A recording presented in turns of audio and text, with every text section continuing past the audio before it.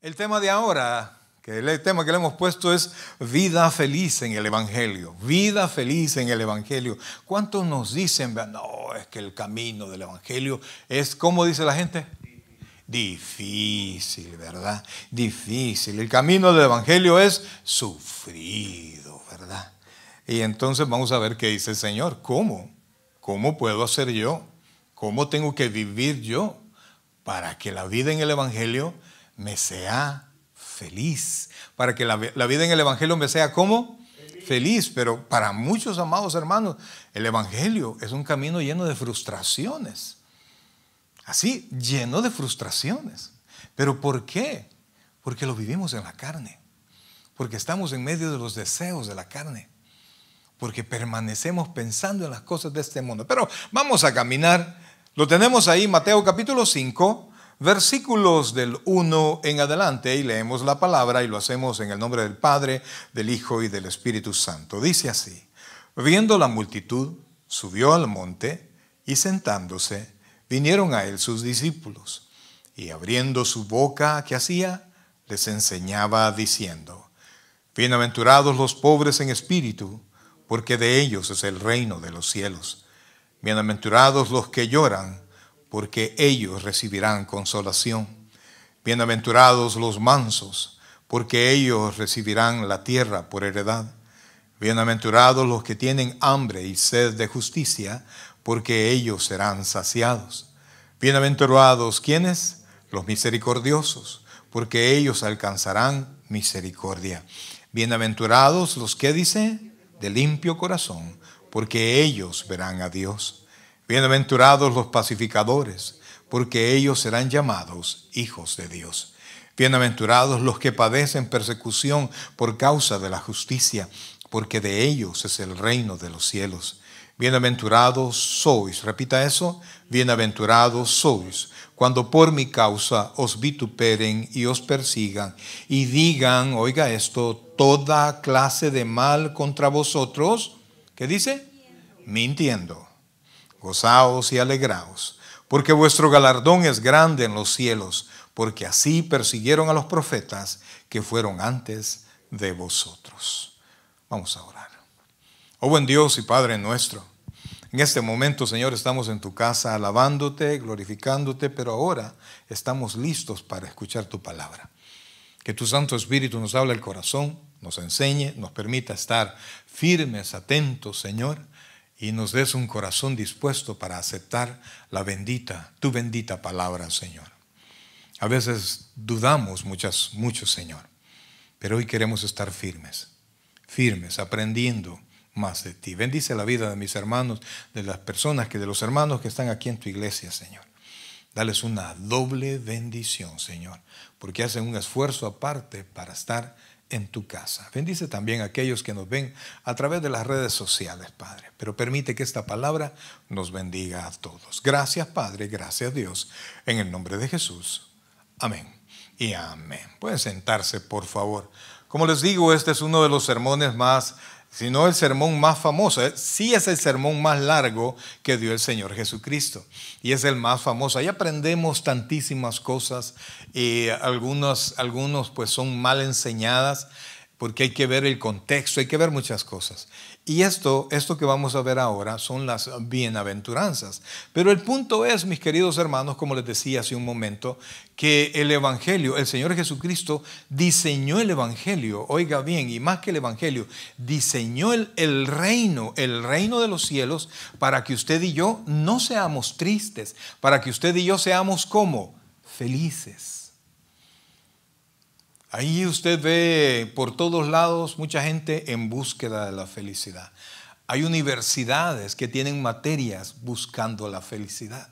Hay gente que ha hecho dinero, millonarios se han hecho enseñándole a la gente a ser felices, supuestamente, ¿verdad? Entonces, realmente la búsqueda de la felicidad es algo que está innato en el corazón del hombre. De hecho, la Constitución de los Estados Unidos, en su principio, dice que va a poner digamos así, toda la plataforma para que usted pueda buscar su felicidad. O sea, no le garantizan la felicidad, Lo que garantiza es que va a haber toda una plataforma en la cual usted se puede desarrollar. O sea que la felicidad nunca depende de lo que usted tiene a su alrededor. Siempre, oiga bien, siempre depende de usted. Seamos creyentes o no seamos creyentes. Pero en el reino de Dios, la felicidad solo se encuentra de la manera como el Señor Jesucristo dice que la vamos a encontrar. Cuando nosotros vivimos pensando en las cosas del mundo, meditando y nuestros proyectos, todos están allá afuera, toda nuestra meditación está allá afuera, todos nuestros esfuerzos, nuestro dinero, nuestros cálculos están allá afuera porque queremos alcanzar las metas y creemos que cuando yo alcance las metas y cuando mi vida real se parezca más de lo que yo pueda a lo que en mi mente está, lo que yo quiero ser, cuanto más equidad haya entre lo que yo quiero ser a lo que soy, dice el mundo que nosotros vamos a ser felices. Pero ¿cuántas veces hemos alcanzado las metas que queremos? ¿Cuántas veces hemos logrado alcanzar cierta cantidad de dinero y seguimos siempre con hambre? Hoy escuchaba una persona que hablaba de dinero y el hombre ya con muchísimo dinero dice, pero es que siempre se necesita más dinero. Entonces, ¿cuándo se va a terminar? ¿Cuándo va a haber satisfacción en las cosas materiales? Óigame, usted quiere tener el carro de último modelo. ¿Quién quiere tener el carro de último modelo? La verdad es que yo sí, yo quisiera un carro de último modelo. Y no cualquier carro, quisiera un buen carro. Ahorita le he puesto los ojos a un Tesla, está bueno. Sí, pues sí, ¿por qué no? Están bonitos. ¿Ah? De última generación, está bien. Pero le aseguro que el día que lo tenga, voy a andar más abatido, cuidando mi carro, el seguro para ese carro. ¿Dónde voy a dejar el carro? Voy a tener que desocupar hoy sí el garage para meter mi carro. Y entonces me voy a dormir pensando en el carro y me voy a levantar pensando en el carro. Entonces, realmente, amados hermanos, en nuestro alrededor no encontramos la felicidad. Algunos dirán, pero es que los hijos son la felicidad. Yo difiero un poquito de eso. ¿Por qué? Porque los hijos, y perdón por los hijos, nos quitan la vida, ¿sí o no? ¿Cuántos somos papás acá? ¿Cuántos proyectos se quedaron en el tintero porque nos hicimos padres?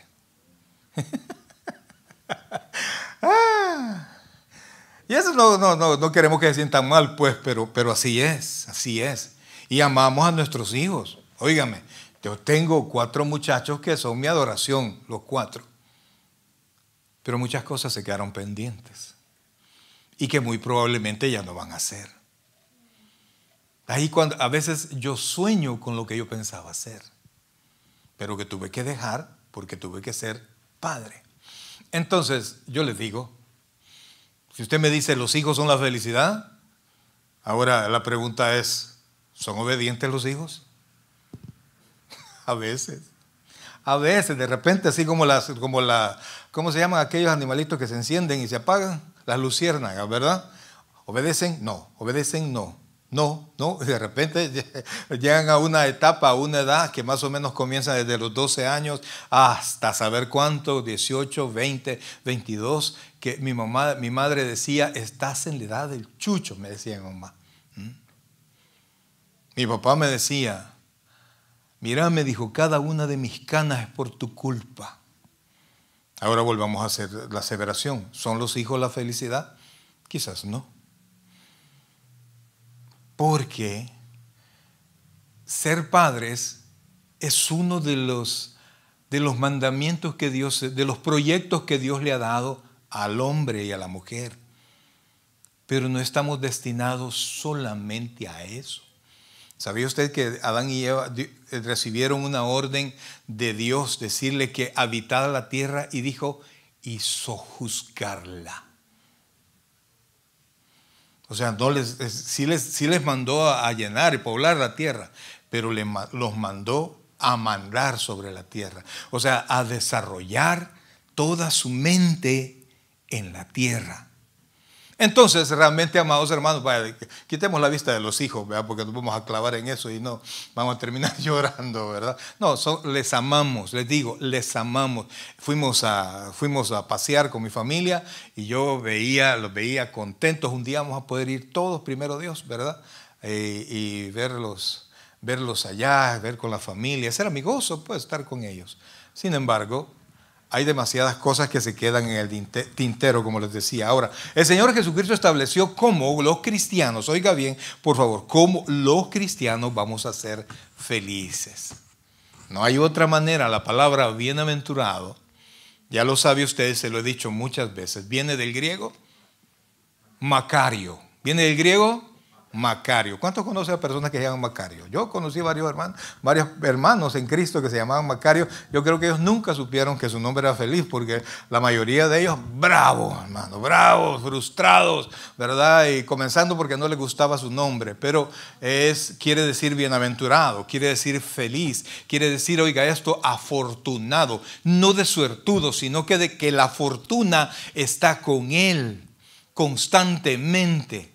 Dichoso, eso es lo que quiere decir. Entonces el Señor Jesucristo nos va a enseñar ahora y nos va a decir cuáles son las características, oiga, que una persona, o cuáles son las metas que debemos de tener nosotros en cuanto a nuestras cualidades para que nosotros podamos ser felices y que Dios meta sus manos para que usted y yo seamos verdaderamente felices. Así es que vamos a comenzar. Y fíjense que dice el versículo 1, por favor. Estamos en Mateo capítulo 5, versículo 1. Y vean que estas son palabras del Señor Jesucristo. Y Jesús, cuando vio a toda la multitud, Él, dice ahí, se sentó. Mire lo que dice: viendo la multitud, subió al monte, ¿verdad? Porque era bastante persona. Entonces se subió al monte para estar de un lugar donde todos lo pudieran ver y todos lo pudieran escuchar, ¿verdad? Y dice, y sentándose en los tiempos de Jesús, el que enseñaba, oiga esto, estaba sentadito. No sé en qué momento le dieron vuelta al asunto. Yo debería estar sentado y todos ustedes deberían de estar en pie. Pero bueno, le dieron vuelta a la cosa y ¿qué hacemos, verdad? Entonces dice, y sentándose, oiga esto, vinieron. ¿Qué hicieron? Vinieron a él. ¿Quiénes vinieron a él? ¿Quiénes se acercaron? ¿Había una multitud? No, no toda la multitud. Regresemos al versículo 1. Vinieron a él, miren, ¿qué dice ahí? Sus discípulos. De hecho, la palabra discípulo quiere decir el que aprende. Entonces son personas que ya tienen el hábito, el interés, mejor dicho, por aprender. Amados hermanos, miren, si hay algo que a mí me gusta es enseñar. De hecho, yo siento que soy un poquito más maestro que pastor. Cuando yo comienzo a enseñar me cuesta detenerme, me cuesta no meterme en profundidades. Mire, yo traigo los sermones, los traigo hechos para no meterme en Honduras. Pero cuando estoy predicando, cuando me vengo a dar cuenta, ya me metí, ¿verdad? Entonces me encanta enseñar. Pero para poder enseñar, oiga esto, es necesario que haya alguien que quiera aprender. ¿Está conmigo? Para poder enseñar es necesario que haya alguien que quiera aprender. Si, aunque yo quiera enseñar, aunque yo prepare los sermones, aunque yo haga lo que sea, si usted no tiene el deseo de aprender, usted se va a ir de aquí como entró. No va a haber nada nuevo en su corazón y la palabra de Dios no va a encontrar un lugar donde desarrollarlo a usted para que usted sea una persona bienaventurada, como dice Dios que debe ser.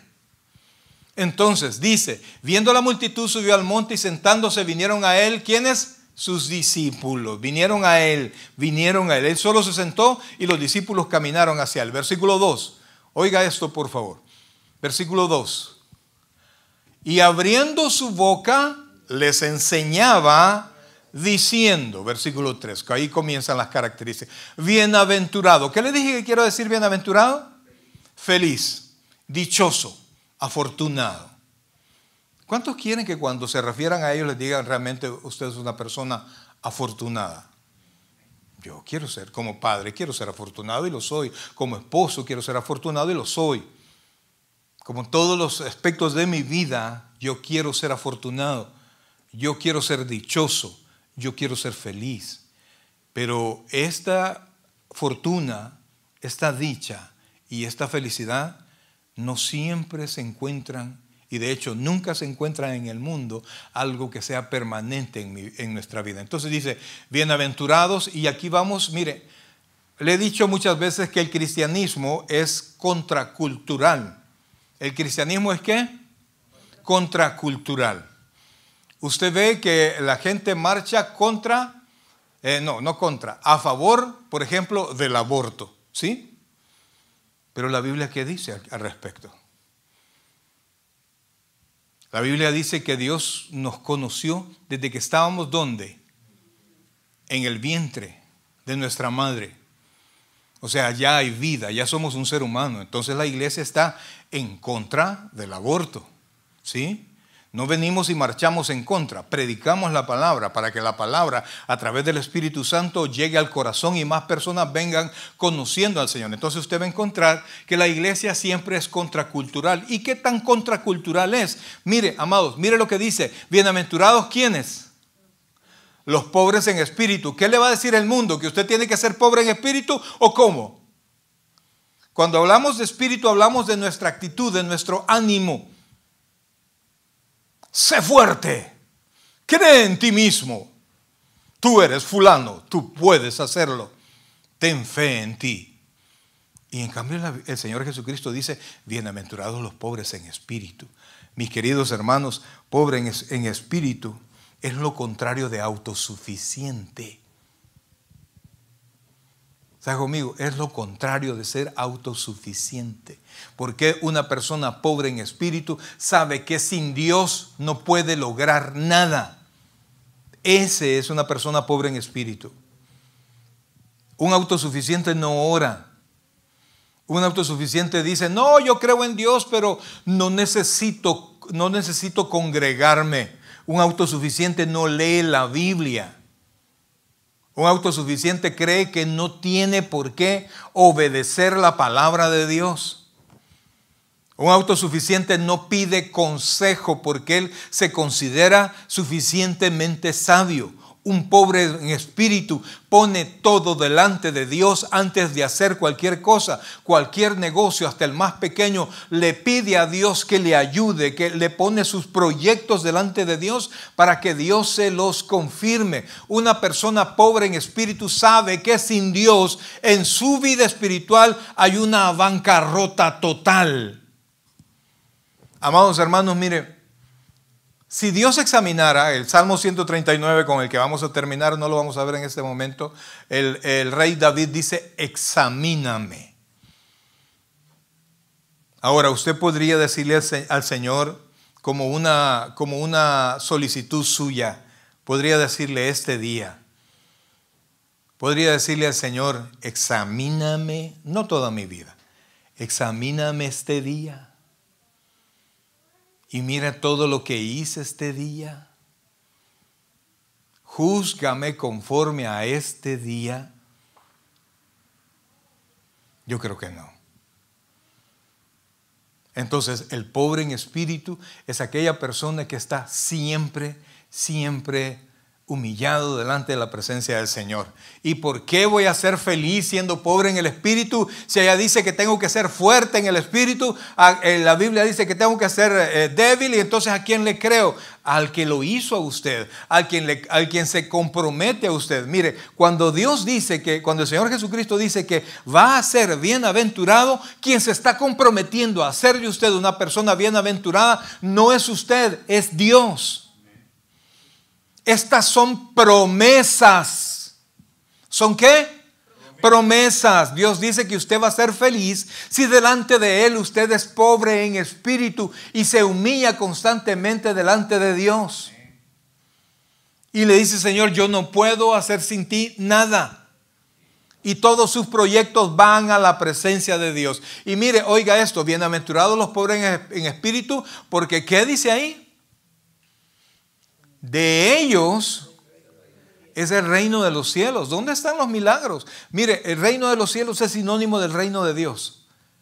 ¿Dónde están los milagros? ¿De dónde vienen los milagros? ¿De dónde vienen las bendiciones? ¿De dónde se cierran las puertas de oportunidad? ¿Y de dónde se abren las puertas de oportunidad? Usted me podrá decir, no, pastor, es que yo tengo amigos, yo tengo contactos, amados hermanos. Mire, una persona pobre en espíritu delante de Dios tiene el mejor de los contactos y hace que las puertas se abran siempre que Dios quiera. Y cuando las cosas no se dan, una persona en espíritu sabe esperar, porque entiende que Dios tiene el control y entiende también que Dios lo ama y que Dios no va a hacer nada para hacerlo pedazos, sino que por el contrario, para hacerlo crecer. Entonces una persona pobre en espíritu aprende a confiar. Entonces dice, bienaventurados los pobres en espíritu, porque de ellos es el reino de los cielos. ¿Qué le promete Dios a un pobre en espíritu? El reino de los cielos. Pero a través de ser pobre en espíritu, Dios le promete felicidad. Ay, no, pero para mí la felicidad, allá está, yo quiero ir a. Usted sabe, yo anduve de viaje con mi familia. Sí, me gocé de lugares preciosos. Pero en todos los lugares, ¿de qué cree que me acordaba? Sí, de la iglesia, de los hermanos. Me acordaba, no me puedo desconectar, porque la Biblia dice que Dios ha puesto una necesidad en aquellos que hemos sido llamados. Y yo no puedo negar mi llamado y tengo que ser responsable con mi llamado. Yo no puedo hacer a un lado mi llamado por mi deseo de cosas materiales. Dios me ha llamado y yo sé que le ha llamado a algunos de ustedes y a todos los ha llamado a vivir como Él quiera. Dios ha llamado a todos los que estamos acá y todos los que estamos oyendo a aprender a ser pobres de espíritu y a hacer la voluntad de Dios, a ver cómo funciona en nosotros el reino de los cielos y a ver cómo Dios nos da la felicidad a través de reconocerlo a Él como todo lo que nosotros necesitamos, amados. Es un regalo de gracia el reino de los cielos para aquellos que hemos conocido a Cristo. Vamos al versículo siguiente, por favor. Primero, ¿cuál es la primera característica de alguien que Dios le promete hacerlo feliz? Ser ¿cómo? Pobre en espíritu. Pobre en espíritu. Cada vez que usted se ponga con ese estilo orgulloso y soberbio, recuerde que usted está haciendo absolutamente totalmente lo contrario a lo que Dios establece que usted debe ser. Amados, mire, yo he intentado no meterme en la vida de ninguno de ustedes. Cuando alguien se acerca, pues yo con gusto, yo estoy abierto a hablar con todos. Mi responsabilidad principal es esta: enseñarle la Escritura, tratar de modelarlo en mis capacidades como debe ser un creyente. Pero es la palabra, más que mi testimonio, es la palabra de Dios lo que debe moldear su vida. Pero yo me encuentro con personas que no quieren, no les interesa, vienen a la iglesia por diferentes situaciones, porque viene fulano, porque viene mengano, pero escuchan la palabra. Decían allá en mi tierra, ¿verdad? Por un oído les entra y por el otro les sale. Yo quiero que se acuerde de esto. La primera característica de una persona feliz en el reino de los cielos es ser ¿cómo? Pobre en espíritu. Y cada vez que le entre la soberbia, acuérdese y diga, ¿qué quiere más usted? ¿Salirse con la suya en ese problema o la felicidad que Dios promete? Ahora, versículo 4. Bienaventurados, oiga esto, y versículo, ¿cuál estamos? 4, dice, bienaventurados los que lloran. Esto es una contradicción, ¿sí o no? Parece una contradicción. ¿Cuántos hemos llorado? Yo creo que todos hemos llorado, ¿verdad? ¿Y lloramos por qué? A veces lloramos por alegría, pero es raro, ¿verdad? Siempre lloramos por dolor.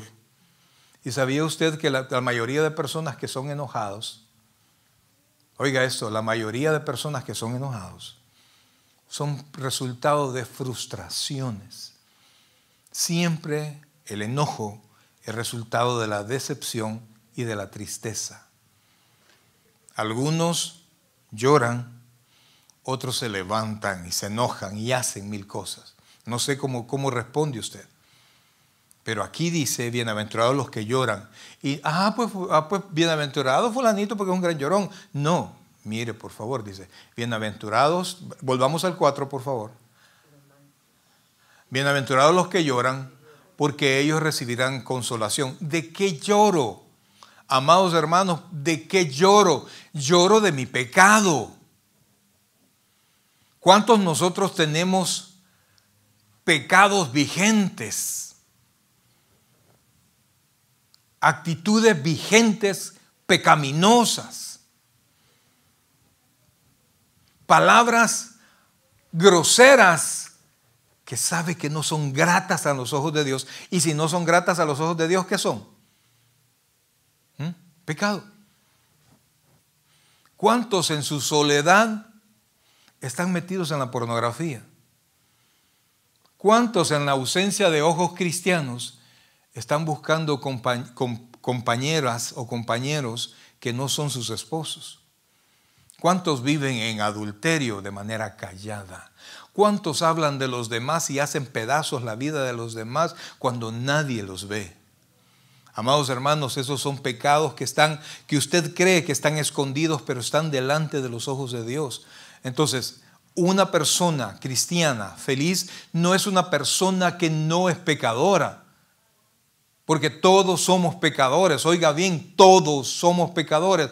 Yo tengo mis propios pecados y usted tiene los suyos. Yo no hablo de lo que fui, hablo de lo que soy ahora. Y que estamos en una constante lucha si es que queremos cambiar esos pecados. Si no queremos cambiar esos pecados, pues solo queremos anonimato y nos metemos en el lío y llevamos nuestra vida como nosotros queremos. Pero eso nunca, oiga, nunca el pecado trae felicidad, nunca. Podrá tener algún tipo de gozo por un momento, pero luego viene la realidad y el pecado trae a luz la muerte, siempre, el dolor, la vergüenza. Imagínese, póngase usted en su mente uno de sus pecados vigentes, póngalo en su mente ahorita. Imagínese ser encontrado por toda la congregación. Un día toda la congregación dice, vamos a ir a la casa de fulanito. Pero no le avisemos, démosle una sorpresa. Dicen que eso es pecado en este país, ¿verdad? Pero de repente démosle una sorpresa. Y todos vamos a la casa de fulano y oiga esto, y lo encontramos infraganti cometiendo su pecado, feliz, feliz. Y de repente abre la puerta y ve a los hermanos. Y él en su pecado. Imagínese un hermano vestido, el hermano, imagínese, estoy inventando, yo no conozco a nadie así, pero imagínese que hay un hermano que le gusta maquillarse y le gusta vestirse de mujer. ¿Usted cree que no los hay? ¿Usted cree que no los hay? ¿Usted cree que no hay cristianos mentirosos? ¿Usted cree que no hay cristianos homosexuales? ¿Usted cree que no hay cristianos borrachos? ¿Usted cree que no hay cristianos adúlteros? Los hay y un montón. Va a decir uno, me aparto, me agacho y reviera contra, pastor. Usted sabe cuál es. Entonces, y de repente ser encontrado en infraganti, con las manos en la masa. ¿Qué trae el pecado? Vergüenza, ¿sí o no? Adán y Eva andaban con el Señor siempre y dice la Biblia que estaban desnudos. Pero al estar desnudos, ¿qué dice? ¿Cuál era su actitud? No se avergonzaban. Pero una vez pecaron. Cuando Dios los buscó, ¿qué les pasó? Salieron corriendo, huyendo. Y les dijo el Señor, ¿y por qué? ¿Y dónde estaban? Nos escondimos. ¿Por qué? Porque estábamos desnudos. Porque ya había vergüenza en su corazón. Entiéndalo. aunque usted se sienta bien con su pecado personal y lo tenga tan escondido que usted considera que nadie se va a dar cuenta, la Biblia dice que todo lo escondido sale a la luz. Todo. Y cuando la Biblia dice todo, quiere decir que es todo. Antes que ese pecadillo salga a la luz, yo le aconsejo, mi querido hermano, confiéselo, pida ayuda y apártese. Porque siempre va a haber frustración y nadie, oiga bien, y nadie en frustración es feliz. Quisiera que fuera conmigo a Isaías 40, por favor. Isaías 40, versículos 1 y 2. Bienaventurados los que lloran estamos, porque ellos recibirán consolación. ¿Y de dónde sacamos eso? Isaías 40, por favor. Isaías 40, versículos 1 y 2. Amados hermanos, según el Señor Jesucristo, oiga esto por favor. Isaías, hijo, Isaías. Según el Señor Jesucristo, usted puede ser feliz. Oiga esto, usted puede ser feliz como creyente, viviendo en el reino. Pero no va a ser usted feliz viviendo como a usted le da la gana, sino que usted va a ser feliz viviendo de la manera que Dios dice que debemos de vivir. Isaías 40.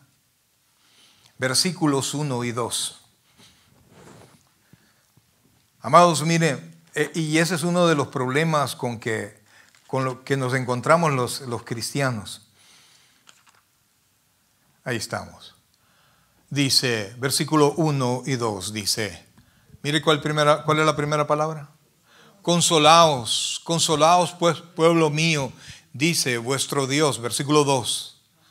Hablad al corazón de Jerusalén, decidle a voces que su tiempo es ya cumplido, que su pecado es perdonado, que doble ha recibido de la mano de Jehová por todos sus pecados. ¿De qué va a recibir consolación? De sus pecados. ¿Por qué llora un creyente que quiere ser feliz en Cristo? Porque no hemos podido cambiar. Tenemos todavía cosas pendientes ahí, amados hermanos, y yo quisiera decirle, no, los pastores no tenemos, como dice el pastor, ¿verdad? No hay uno bueno. Es cierto, es cierto. ¿Por qué? Porque somos como ustedes, con una gran responsabilidad. Y todos tenemos nuestros propios líos, pero de alguna manera, fíjense, de repente nos encontramos los pastores que la Biblia se aplica a los hermanos, pero por alguna razón, muchos pastores consideran que a ellos no les aplica. Y se meten en líos y andan con hermanitas y meten la mano en la ofrenda y hacen una y mil cosas, predicando la palabra del Señor. Entonces, somos consolados de por la actitud que nosotros tenemos de no poder vencer nuestro pecado, porque no lo vamos a poder hacer solos. Tenemos que buscar la presencia de Dios, tenemos que rendirnos al Señor para que Él nos dé la fuerza, nos dé la capacidad en su Espíritu Santo de poder cambiar, de poder ser diferentes. Y fíjense, en 2 de Corintios, por favor, capítulo 7, versículo 10. 2 de Corintios, capítulo 7, versículo 10. Mire lo que dice, por favor. 2 de Corintios, capítulo 7, versículo 10, dice lo siguiente. Porque, oiga esto. Este muchacho me va a embolar, este muchacho. Estamos ahí 10, ahí está. Porque la tristeza, oiga esto, que es según Dios, produce arrepentimiento para salvación. Oiga esto. La tristeza que es según Dios, o sea, la tristeza a la cual Dios nos somete por nuestro pecado. O sea, la bendición, amados hermanos, de estar en el Señor es que Dios tarde o temprano nos va a confrontar con nuestro pecado. Y siempre, oiga, y yo quisiera que Dios, vaya pues papito, ya deja ese pecadillo, ya deja esa mujer que no es tu esposa. No es así. Dios nos exhibe, Dios hace que pasen muchas cosas de manera que duela. de manera que nosotros podamos ver la consecuencia del pecado. Entonces dice, porque la tristeza, oiga esto, que es según Dios, mire lo que Dios quiere hacer con ese golpe que Él permite que pase al ser descubiertos en nuestro pecado, que dice, produce ¿qué? Arrepentimiento. O sea, lo que Dios quiere es perdonarnos. Pero Dios no nos va a perdonar de esa situación si no estamos arrepentidos. Y arrepentidos es apartarse, es cambiar de pensamiento, dar la vuelta y quitarse de ahí. Es cambiar de actitud respecto a esa actitud pecaminosa. Entonces dice, porque la tristeza que es según Dios produce arrepentimiento, ¿para qué? Para salvación. Y luego que haya pasado eso, luego de ese arrepentimiento, luego primero la tristeza, después arrepentimiento, viene el perdón, luego ¿qué actitud hay en nosotros? De que no hay que arrepentirse, pero la tristeza del mundo produce muerte. Es decir, después que Dios nos sacude, venimos al arrepentimiento, nos apartamos del pecado y ya no volvemos a eso, y por eso ya no hay necesidad de volverse a arrepentir. Pero la tristeza en el mundo, porque todo pecado al final en el mundo trae tristeza, pero esa tristeza no sirve de nada porque trae muerte. Entonces, amados hermanos, los que lloran son los que se lamentan de su vida pecaminosa, de sus actitudes pecaminosas que todavía no han cambiado. Y ahí estamos enlistados todos. Yo quisiera decirle, yo quisiera decir, de verdad, yo quisiera decirle, sed imitadores de mí como yo de Cristo. No, yo tengo que decirle, seamos todos imitadores de Cristo.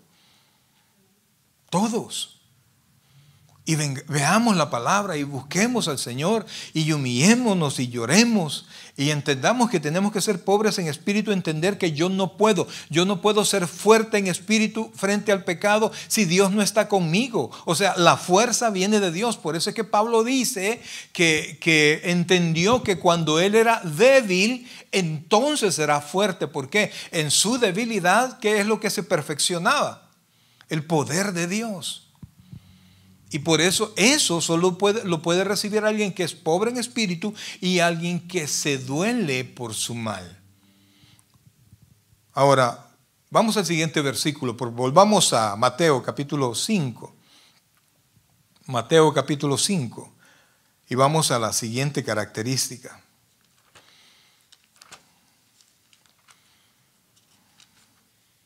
Mateo capítulo 5, por favor.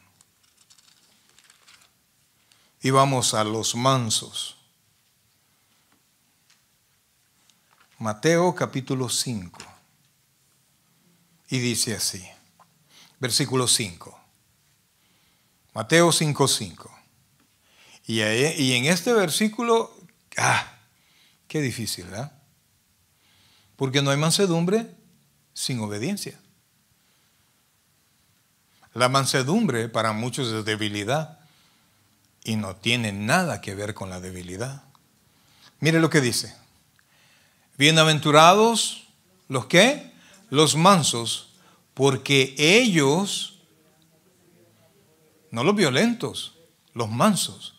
Ahora, ¿quiere que le dé ¿cómo se llama? Un sinónimo en la Biblia para manso? Autocontrol. Diga conmigo. Autocontrol. Dígalo. Autocontrol. En los dones del Espíritu, ¿cómo se llama el autocontrol? Dominio propio. Una persona mansa lo ofenden y sabe comportarse. Les contaba el miércoles que el día martes andábamos trabajando con mi esposa y fuimos a un centro comercial. Y entonces hice un alto y yo vi que los carros no pasaron. Yo tenía el sol en la cara y no vi bien. Y entonces se detuvieron. Y yo vi y no me fijé que un muchacho iba pasando. Un muchacho afroamericano iba pasando.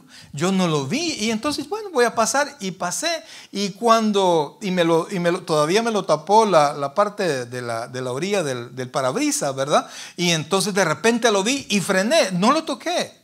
Había suficiente distancia, no lo toqué. Mire, pero el muchacho me vio y ya una vez que frené, yo le pedí disculpas, que no lo había visto. Mire, y el muchacho comienza a encenderse. No me importa que lo sientas, y comienza a insultarme. Y no, ya te dije que lo siento, no puedo hacer nada más. Y mire, el muchacho llevaba una caja de Gatorade que lo acababa de comprar. Y el tipo, mire, el tipo con unos ojos, pero los ojos se le transformaron rojos, violentos. Y de repente agarró la caja y me la aventó, y yo en el carro, en el pickup. Gracias a Dios, pues yo venía con la ventana abierta. Pero lo único que hice es que puse el brazo, dio en el brazo y cayó. Cayeron 2 que 3 Gatorade allá adentro, ¿verdad? En el carro. Y bueno, ya te dije, no puedo hacer más, perdóname, no puedo hacer más, y me fui. Ahí más tarde me tomé uno, ¿verdad? Pero digo yo, amados, ese muchacho pudo haber matado a alguien lo pudo haber matado. Ese muchacho probablemente ya no estuviera, o estuviera preso. ¿Por qué? ¿Qué le faltó? Dominio propio, mansedumbre, poderse controlar en todas las situaciones de su vida. Que le dicen algo no salió como usted quería. ¿Cuántas veces las cosas salen? ¿A quién no le ha salido algo como no querido? ¿Y cómo ha respondido usted? ¿Ah? ¿Cómo ha respondido? ¿En mansedumbre?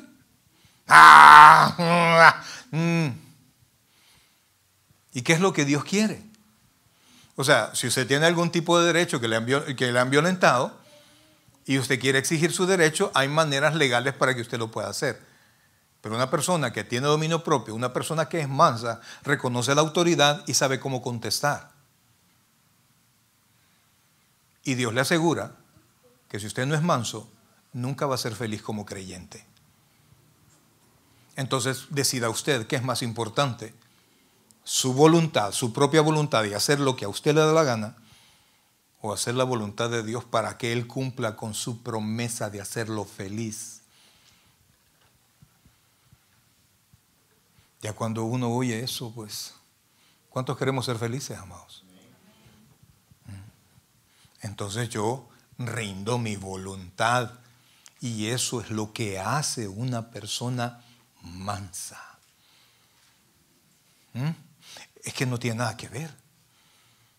Eso no tiene absolutamente nada que ver, porque no, manso pero no menso. No tiene ningún tipo de relación. Dominio propio. ¿Quién es más fuerte? El que revienta en cólera, en agresividad y en insultos, o aquella persona que se sabe controlar. ¿Quién es más fuerte? Dice la Biblia que usted puede conquistar una ciudad si se puede gobernar a sí mismo. El dominio propio nos ayuda a seguir adelante aún en medio de las dificultades. Y mire la promesa. Oiga, la promesa. La primera promesa es que usted va a ser feliz si usted es manso. Oiga, la primera promesa es que usted va a ser ¿cómo? Feliz. Si es manso. ¿Por qué? Siga leyendo el versículo. Bienaventurados los mansos. Vaya, en lugar de bienaventurados diga felices. Vamos a ver. Felices los mansos, porque ellos recibirán la tierra por heredad. ¿Qué es lo que está esperando? Dios se lo va a dar. Pero una cosa es que usted lo quiera arrebatar, y otra cosa es que usted espere el tiempo de Dios, la voluntad de Dios. Haga usted todo lo necesario. Haga todo lo que está en sus manos. Pero entienda algo, que aunque usted haga todo lo que usted quiera hacer, toda la fuerza, y si usted ha disciplinado y lo que sea, las cosas resultan solo cuando Dios dice que van a resultar. Y por más que brinque, por más que usted diga tengo derecho, si Dios dice todavía no, ¿qué cree que va a pasar? Es no. Y cuando Dios dice, ¿sabes qué? Te lo voy a dar. Aunque usted no haya cumplido lo que tenía que hacer, cuando es la voluntad de Dios, llega la bendición. Y por eso es que acuérdese, amor, hermano, amor, Acuérdese, hermano, cuando usted quiere enojarse porque algo no le salió bien, cuando usted quiera gritarle un par de cosas a alguien, acuérdese que Dios le ha pedido a usted, le ha prometido a usted que si usted es, ¿cómo? Manso, Dios va a hacer lo necesario para que usted sea feliz. Qué cosa, ¿verdad? Hay gente que no le gusta leer la bienaventuranza porque tiene todas las características contrarias de lo que ahí dice. Pobre en espíritu. ¿Cuál es la segunda? Los que lloran. ¿Lloran de qué dijimos que lloran? De su pecado, de su vida no cambiada. Y los mansos, los que saben controlarse. Mira, una persona que sabe controlarse no habla de un solo, sino que escucha todo lo que le van a decir. Escucha y analiza. Cuando ya le dijeron todo lo que le iban a decir, él puede analizarlo bien y puede tomar una decisión. Y siempre es más sabio el que escucha todo lo que tiene que escuchar. ¿Cuántas veces hemos perdido oportunidades porque no hemos dejado que la gente termine de hablar? Un hermano en El Salvador, cuando el tabernáculo todavía tenía casas de oración, hace un montón de tiempo, Roberto se llama él, pues él tenía una casa de oración y era la casa de oración más bonita. Un hermano que cantaba y bueno, entonces, y predicaba súper bonito. Pero alguien, la novia que tenía, le decía, mira, la iglesia debería de reconocerte. La iglesia tendría que apoyarte. Y entonces el pastor general visitaba las casas de oración. Y entonces supo que esa casa de oración era la más grande. Y entonces llegó. Y la novia de este muchacho le dijo, no, mira, yo sé que toda la gente te quiere aquí, yo que tú fuera donde el pastor y le dijera, mire pastor, si usted no me da tal cosa, yo me voy. Y entonces llegó el pastor y empezó a hablar con él y vino él y lo interrumpió y reclamó sus derechos, si no me voy. Y mire, y decirle al pastor general, si no me voy, estoy hablando del pastor fundador. Le dijo, no te preocupes, le dijo, andate hijo, andate, no te preocupes, le dijo. Entonces, y él en su enojo, dio la vuelta, ¿verdad? Ya me va a hablar. Y le dijo, mira fulano, ¿sabes qué trae aquí? Y se saca. Te venía a regalar un carro, pero no me dejaste terminar. Y se lo guardo. ¿Quién es el segundo aquí, fulano? Toma el carro. Y se fue. Entonces, que si él hubiese tenido autocontrol, ¿qué hubiera hecho? Dejar que hablaran. Una persona mansa deja que hablen y siempre toma una decisión. Una persona mansa es una persona obediente. Amados hermanos, miren, Dios nos promete que hay felicidad en el reino, pero siempre es contracultural respecto del mundo. Siempre es al revés respecto del mundo. Yo no sé cuánto usted quiera prosperar como creyente. En el mundo, amados hermanos, lo único que necesita es ser perseverante, es estudiar algo, proponerse y probablemente lo va a conseguir. Pero el que consiga todo lo que usted quiere en el mundo no le garantiza la felicidad. Porque su felicidad únicamente está en las manos de Dios. Vamos a llegar hasta aquí ahora y el siguiente viernes que nos veamos acá, vamos a continuar con las bienaventuranzas, con la vida feliz en el Evangelio. Pongámonos en pie, por favor. Padre celestial, buen Dios y Padre nuestro, gracias Dios te damos en esta hermosa noche, Señor. Gracias porque tenemos promesas para ser felices, Señor. Tenemos promesas para recibir la bendición. Ayúdanos, Dios, a que podamos atesorar esas promesas. Ayúdanos, Padre Celestial, para que podamos vivir en esas promesas, Señor, y podamos someter nuestra carne a través de la vida espiritual y ser victoriosos, Padre. Reconocemos que en ti está toda la victoria, Padre. Gracias, Dios, por lo bueno que eres. Mi amigo, usted que está en su casa, gracias por haber estado con nosotros. Va a salir una oración en la pantalla de su televisor. Repítala con fe. Nosotros estamos seguros que Dios les salvará. Sigamos orando nosotros.